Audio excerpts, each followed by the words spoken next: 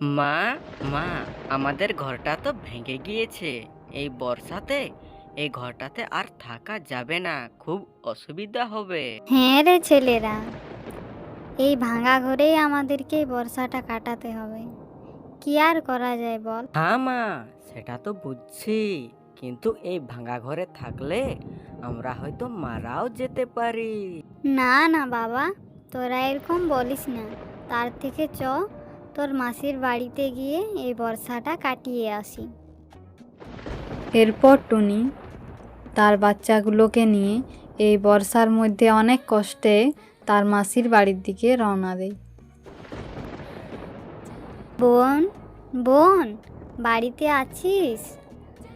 দরজাটা খোল, আমরা খুব বিপদে পড়ে তোর কাছে এসে। মা, দেখো না, বাড়িতে কিন্তু তালা দেওয়া আছে, হয়তো মাসি বাড়িতে নেই। হ্যাঁ রে, ঠিকই তো বলেছিস, বাড়িতে তো তালা দেওয়া। এই ঝড় বৃষ্টিতে তোদেরকে নিয়ে আমি কি যে করি। চল, অন্য কোথাও গিয়ে দেখতে হবে, যদি কোথাও থাকার জায়গা পাই তো।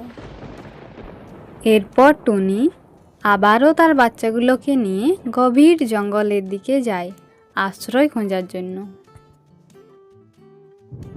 তোরা এখানে দাঁড়া, আমি দেখি ঘরের ভিতরে কেউ আছে কিনা। হ্যাঁ মা, দেখো ঘরের ভিতরে কেউ আছে নাকি।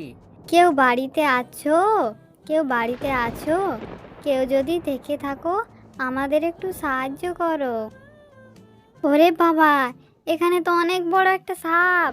চল চল, এখান থেকে তাড়াতাড়ি পালা, নইলে আমাদেরকে খেয়ে নেবে।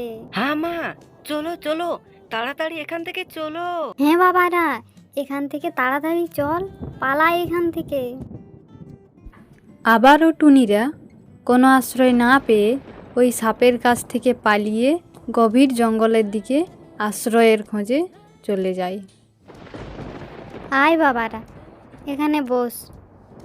অনেক তো খুঁজলাম বল, এই গাছের ডালেই মনে হয় আজ ভিজতে হবে সারাদিন। হ্যাঁ মা, কি আর করার বলো, অনেক তো আশ্রয় খুঁজলাম, পেলাম না। হ্যাঁ, এখানে ভিজবো আর কি। কি টুনিরা, তোরা এখানে এই বর্ষার মাঝে এই গাছের ডালে বসে কি করছিস? কি আর বলি, দুঃখের কথা, আমাদের ঘরটা ভেঙে গেছে। আর এই বর্ষাতে এই ছেলেগুলোকে নিয়ে এদিক ওদিক ঘুরে বেড়াচ্ছি। থাকার জন্য একটা জায়গার দরকার আমাদের। তুমি কি আমাদেরকে কোনো ব্যবস্থা করে দিতে পারবে? ও, এই ব্যাপার। তাহলে তোরা আমার সঙ্গে, আমার একটা ঘর আছে, ওখানেই থাকবি। সত্যি বলছো? তুমি আমাদেরকে থাকার জন্য আশ্রয় দেবে? হ্যাঁ রে হ্যাঁ, তোরা আয় আমার সঙ্গে, তোদেরকে থাকার আশ্রয় আমি খুঁজে দিচ্ছি। এরপর টুনিরা টিয়ার সঙ্গে তার বাসার দিকে রওনা দিল। এই তো, এটাই আমার বাড়ি, আজ থেকে তোরা এখানেই থাকবি।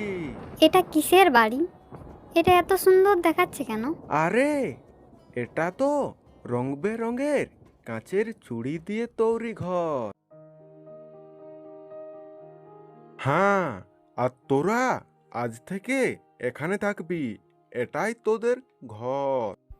কেন টিয়া পাখি, আমরা যদি তোমার ঘরটাতে থাকি তাহলে তুমি কোথায় থাকবে? এই ব্যাপার তো শোন, আমার তো বয়স হয়ে গিয়েছে, তাই এরপর আমি আমার ছেলের বাড়িতে চলে যাব, এই ঘরটা তোদেরকে দিয়ে।